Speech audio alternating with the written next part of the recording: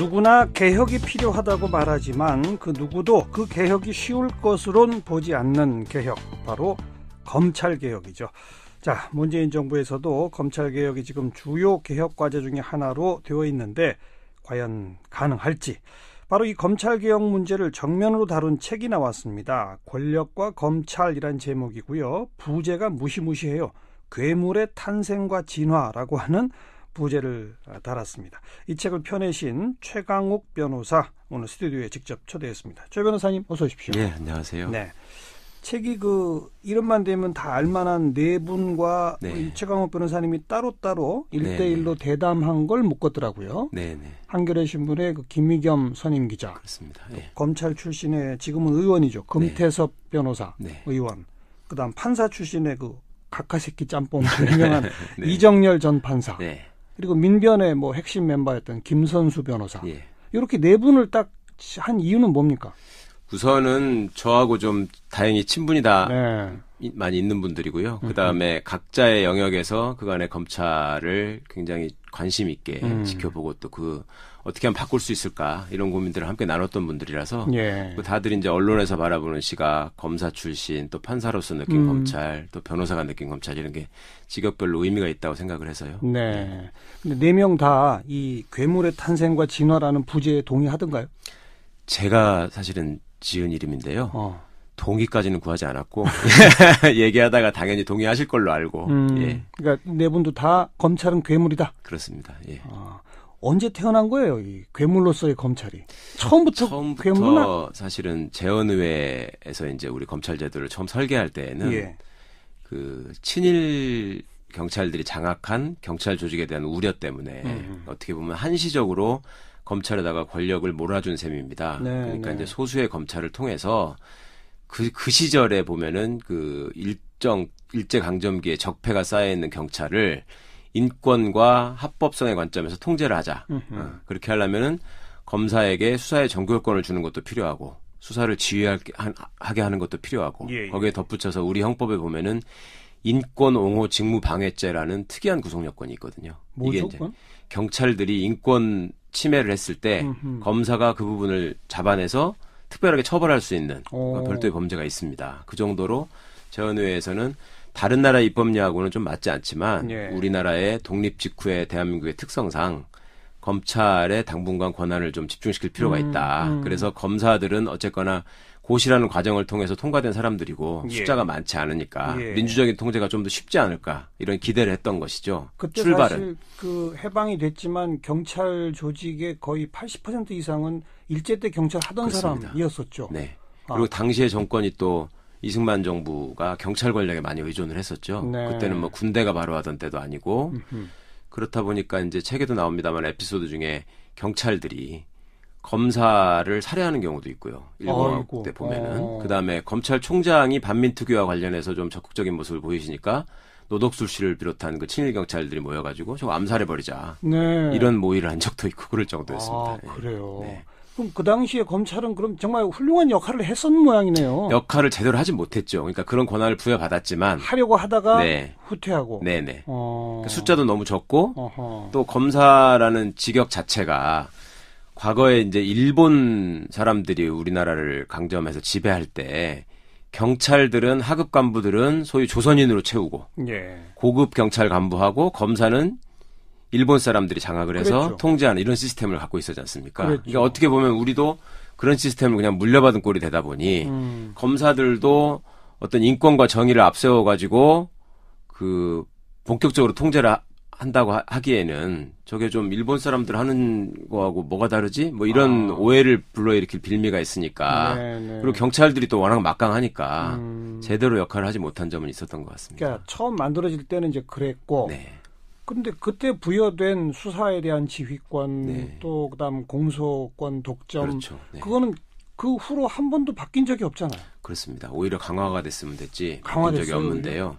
사실은 이게 이제 일반 시민들이 잘 모르시는 일인데 4.19 혁명 이후에 이제 2공화국 정부가 수립되고 그때 이제 의원내각 전법으로 바뀌지 않습니까? 그리고 어떻게 보면 그때 이제 새로운 민주화의 과정을 밟아가는데 그때 2공화국 의회에서 이미 자 이제 검찰의 권한을 제자리로 돌려놓자.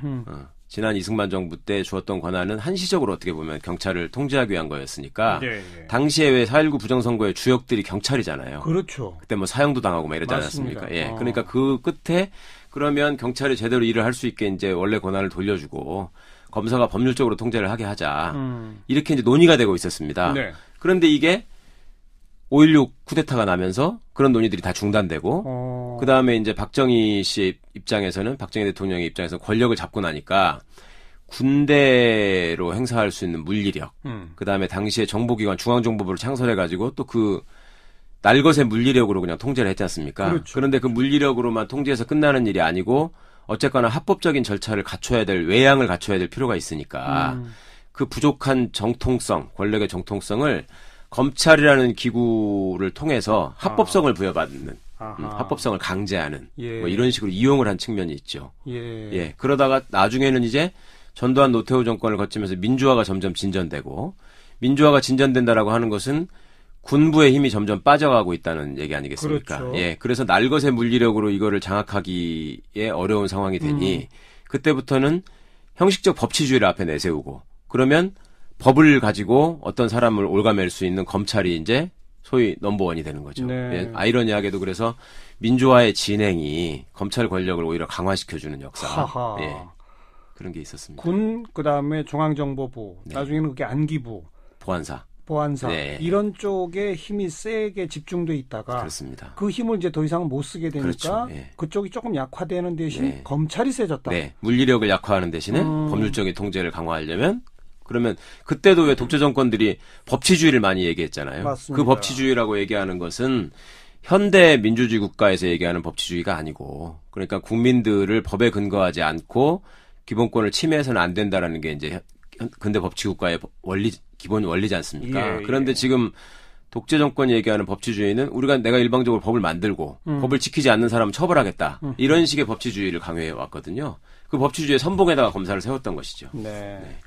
그 4.19 직후에 이 공화국에서도 검찰의 힘을 좀 빼야 된다는 논의가 있다가 이제 무화됐다고 그러지 않았습니까? 그다음 박정희 정권, 전두환, 노태우 이 군부 정권이 지난 후 김영삼, 김대중 그 정부 때부터는 검찰 개혁 얘기가 안 나왔어요? 그때도 사법개혁위원회라는 형식으로 어느 정도의 추진을 하고는 있었죠. 그런데 사법개혁이라는 거는 명칭 자체에서 보시듯이 사법부를 중심으로 되는 거 아니겠습니까? 그렇죠. 그러니까 검찰은 사법부 소속이 아니고 행정부 소속이다 그렇죠. 보니까 사법개혁의 중심에 놓일 수 있는 주제가 아니었고요. 그다음에 또 하나 측면에서 김영삼 대통령이 하신 유명한 말이 있는데 내가 장관 20명을 줘도 검찰총장하고 안 바꾼다. 이런 말씀을 하셨다는 거예요. 그러니까 실제로 권력자가 돼서 어떤 그 하고 싶은 일들을 해나려다 보니 검찰 권력이라고 하는 것이 정치 권력의 입장에서는 굉장히 편하고 유용한 거죠. 예, 그렇죠. 하나로 다 모여 있으니까. 그렇다 보니 이걸 손에서 쉽게 놓기가 어렵고 검찰은 그런 과정들을 통해서 어떻게 보면 권력과 결탁했다가 권력에 힘이 빠지면 다음 권력을 위해서 그 앞에 권력을 물어뜯고. 맞아요. 그걸 바탕으로 해서 또 뒷권력의 신임을 사고 이런 식으로 이제 점점 정치 집단화돼가고 또 마치 최근에 이제 다 보셔서 아시겠지만 대선 때마다 검찰 수사가 꼭 등장하지 않습니까? 그래요. BBK 사건 수사가 있었고 그 앞에는 그 이회창 후보 아드님에 대한 병역비리 수사의 내용이 어떠냐 이런 식으로 검찰이 소위 천하쟁패의 순간마다 등장을 해서 이걸 결정적으로 판가름하는 역할을 한단 말입니다. 그러니까 이게 이제 결국은 괴물로 진화했다라는 표현을 하게 된 것이죠. 선거 기간 중요한 수사를 하느냐 마느냐를 가지고 그렇습니다. 권력 만드는데 어떤 역할을 하고 그러다 그 권력이 힘 빠지기 시작하는 3년차 4년차 되면 권력 내부를 물어뜯고 그렇습니다. 이야. 그래서 차기 정권을 또 나름 설계를 하죠. 다음 정권에다가 뭐를 갖다 바칠까. 이런 모습이 반복되다 보니 국민들이 보시기에도 검찰이 어떤 수사를 할 때 항상 그 의도를 궁금해한단 말이에요. 그 범죄의 실체나 증거를 궁금해하시기보다는 그리고 또 검찰이 그걸 알기 때문에 정치 지형이나 언론을 또 최대한 활용하죠. 그렇게 해서 계속 쌓여가는 문제들이 있었기 때문에. YS 정권 때는 바로 그랬고 DJ 정부 때도 검찰 개혁에 대한 무슨 눈에 띄는 조치는 별로 없었죠. 그때 이제 김대중 대통령께서 처음에 취임해가지고 검사장들을 청와대로 초치해서 오찬을 베풀면서 그때 이제 검사장들이 굉장히 긴장한 상태로 갔다는 겁니다. 자신들이 사형을 구형하고 집행하려고 했던 사람이 대통령이 된 거잖아요. 그렇죠. 그런데 거기서 김대중 대통령이 휘호를 하나 써주거든요. 검찰이 바로 서야 나라가 바로 선다. 네, 네. 그것의 의미는 나라 꼴이 이 모양이 된 거는 검찰이 제대로 못했기 때문이다. 그러니까 똑바로 해라 이런 의미셨을 거 아니에요. 네. 그런데 그게 지금도 대검찰청 중앙현관에 걸려 있는데 검사들은 우리가 나라의 핵심이기 때문에 이렇게 이제 오히려 오용을 하게 되는 결과가 생겼죠. 그런데 이제 김대중 정부 때는 잘못된 어떤 검찰의 행태나 관행을 제도적인 것보다는 사람의 개선을 통해서 바꿔보고자 하는 좀 생각을 하셨던 것 같고. 인적 교체로. 그렇습니다. 그런데 그 과정에서 온로비 사건이라는 게 터졌잖아요. 터졌죠. 네, 그게 이제 전직 검찰총장, 당시 법무부 장관 그 부인이 관련된 사건이고 이러다 보니까 국민적인 동력을 얻기가 어려웠죠. 검찰 개혁을 하려고 한다는 것이 자신들이 어떤 치부를 가리기 위한 수단 아니냐 이런 오해를 불러일으킬 수 있었기 때문에 좀 좌초된 측면이 있었죠. 그 온로비 사건이 우리나라에서 제1호 특검이 임명됐던 맞습니다. 거 아닙니까? 네. 어쩌면 그거는 검찰개혁 시도에 대한 저항의 의미로 누가 터뜨린 거 아닐까요? 그럴 당시에 그런 의혹도 있었던 것이 사실이고 사실 또 결과도 별게 아니었지 않습니까? 없었죠. 네. 그래서 어떻게 보면 기득권 세력의 저항의 일환이었고 과거에 또 검찰이라고 하는 것이 박사님 잘 기억하시겠습니다만 505 화국 시절에 집권당이었던 민정당을 육법당이라고 불렀잖아요. 육사 출신과 서울법대 출신의 법조인들이. 그렇다 보니까 이제 어떻게 보면 구시대의 두 축을 이루는 집단의 하나가 검찰이었고 이게 이제 새로운 시대에 와서 개혁 작업에 있었을 때는 당연히 어떤 반동의 주체가 될 수밖에 없었던 그런 측면이 있었죠. 그러면 본격적으로 검찰에 한번 개혁을 해봐야 되겠다라고 한 건 노무현 정부 때 강금실 법무장관 임명하고 대통령이 직접 평검사들과의 대화에 나서고 이때죠. 네, 그렇습니다. 근데 그때 또 실패했죠. 네, 그때는 일단 영어를 써서 죄송합니다만 나이브하다고 표현을 해야 되는데 그러니까 세상에 어떤 악이 존재한다면 두 가지로 우리가 생각해 볼 수 있지 않습니까? 그 악한 사람이 있어가지고 그 사람이 풍기는 악이 있을 수 있고 그다음에 사회학이 있을 수 있지 않습니까? 제도적으로 그렇죠. 어떤 악이 쌓여가지고 그 제도를 통해서 사람이 어떤 그 행동이 나빠지는 이런 경우가 있을 수 있는데 노무현 정부는 기본적으로 제도적인 사회학의 측면을 인식하긴 했으나 본질적으로 사람의 문제에 대해서 좀 집중하고 좀 신뢰한 측면이 있는 것 같습니다. 그러니까 검사들이 과거에 정치 권력에 장악돼가지고 정치 권력에 잘 보이기 위해서 온갖 나쁜 짓을 했으니 내가 앞으로 그렇게 하지 않으면 너희들이 나름 엘리트를 자부하는 집단인데 스스로 개혁 방안을 만들어내서 스스로 정화할 수 있지 않겠느냐라는 기대를 한 것 같고 그다음에 그런 기대들이 바탕이 돼서 제도적으로 완성이 될 때 그것이 참여정부가 얘기하는 민주적인 시스템의 완성이다라고 기대했던 것 같습니다. 그런데 검찰은 그걸 그렇게 받아들이지 않았죠. 검사와의 대화를 보셔서 아시겠지만 굉장히 오만하고 어떻게 보면 대통령한테 대드는 모습을 보였고요. 이게 또 더 기가 막혔던 거는 저희 책에도 소개를 했습니다만 돌아와가지고 정작 그 장면을 생중계로 지켜본 시민들은 세상에 저런 건방진 집단이 있단 말이냐라고 해서 만들어진 말이 당시에 검세 이런 말이 만들어졌잖아요. 유행어로. 검세. 그리고 돌아와서 검사들끼리는 우리가 정말 잘했다라고 자평을 했다는 거예요. 대통령 앞에서도 당당하게. 네, 당당하게 우리가 논리적으로 또 그 토론에 달인는 대통령한테 약점을 딱딱 짚어가면서 우리가 다 얘기를 했고 그 다음에 당시의 검사들의 주장은 그거였죠. 그러니까 우리를 독립시켜달라 법원처럼 검찰총장이 인사권을 가지고 검찰 조직을 운용하고 장악하면 정치 권력과 완전히 분리되고 그러면 우리는 올바른 검찰로 태어날 수 있다라고 얘기를 했는데 사실은 그거는 민주주의의 기본 원리하고 맞지 않는 것이죠. 검찰이 갖고 있는 막강한 권한을 생각한다면 민주적인 정통성, 정당성이 기반하지 않고 어떻게 보면 시험을 통과한 사람들끼리 모여가지고 끼리끼리 권력을 행사하겠다는 거 아니겠습니까? 그러니까 검찰 파쇼의 우려가 있는 제안이었는데 그것이 마치 가장 타당한 제안인 것처럼 얘기를 했었고 그것이 아직까지도 검찰개혁에 저항하는 검찰 내부 논리의 하나로 또 남아있는 것이 현실입니다. 이번에는 노무현 정부 때 실패를 되풀이하지 말아야 될 텐데 어떻게 해야 실패 안 할 수 있습니까? 네, 저는 상당히 성공 가능성이 높다고 보는 것이 일단 참여정부 때 시행착오를 거듭하면서 검찰개혁이 어떤 점에서 취약점이 있고 어떤 점을 주의해야 한다는 걸 이미 겪어본 분이 대통령이 됐단 말입니다. 문재인 대통령이 그 당시에 민정수석하지 그렇습니다. 않았나요? 예, 검사와의 대화 때 민정수석이었습니다. 그러니까 초반부에. 그렇습니다. 그때 민정수석이 바로 그 검찰개혁의 어떤 실무 맞습니다. 담당자인데 네. 본인이 실패한 거잖아요. 결국은. 네. 네. 그래서 누구보다도 당시의 어떤 개혁 과제에 좌초되는 과정 이런 것들을 잘 알고 있고 이분이 또 그 뒤에 이제 노무현 대통령 서거하는 과정, 그 다음에 그 뒤에 이제 각종 폄하 발언들이 있었지 않습니까? 뭐 조현오 씨 같은 분 경찰청장이 뭐 무슨 얘기를 하고 이런 것들 관련해서 이제 검찰이 수사를 또 안 했잖아요.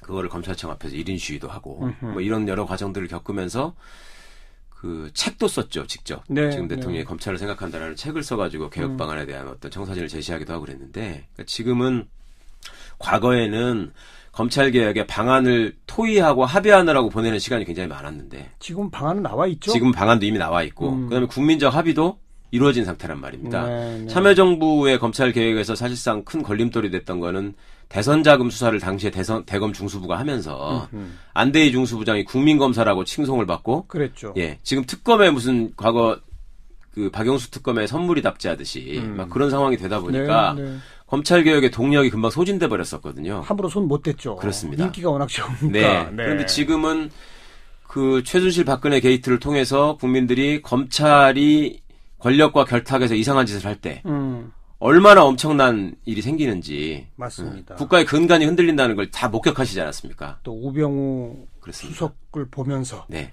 그다음에 그 대통령이 구속되는 와중에도 여전히 구속되지 않고 있는 검찰 출신의 우병우 이 모습을 보면서 또 느끼신 게 있었고 또 돈봉투 그렇습니다. 회식 사건. 네. 자기들끼리는 또 모여가지고 수사가 끝났다고 서로 축하하면서 예. 돈봉투를 돌리면서 술을 마셨다. 뭐 이런 것들이 이제 시민들이 도저히 용납할 수 없는 예, 검찰의 소위 임계점을 보여준 것 같고요. 그런 동력들을 최대한 이제 뒷받침을 받아서 그리고 설계까지 다 되어 있으니 이제는 그 제도화를 시키는 데 있어서 어떤 정치권의 뭐 발목 걸기 뭐 요것만 벗어나면 좀 수월하지 않을까 기대하고 있습니다. 개혁 과제로 나온 건 지금 공수처. 네, 그렇습니다. 신설해야 되는 거죠. 그렇습니다. 그다음에 경찰과의 수사권 조정 필요한 거죠. 또 뭐 있습니까? 또 법무부의 탈검찰화라는 그렇죠. 과제가 있죠. 법무부는 검찰 출신이 아닌 사람들로. 또 그다음에 이제 나머지는 검사들이 또 각종 국가기관에 파견돼 가지고요. 청와대를 비롯한 사실상의 청와대 민정수석실도 검사들이 장악하고 있었지 않습니까? 그렇죠. 그리고 각종 기관들의 검사들이 굉장히 많이 나가 있거든요. 이런 부분들도 정리를 해서 검사라는 집단이 기본적으로 국민들을 위해서 수사 과정에서 빚어질 수 있는 인권 침해를 막아내고 그다음에 불법적인 수사 같은 거를 통제하는 수사지휘 내지는 합법적인 공소유주의 역할에 전념하는 법률 전문가 집단으로서 일을 해야 된다는 것이죠. 알겠습니다.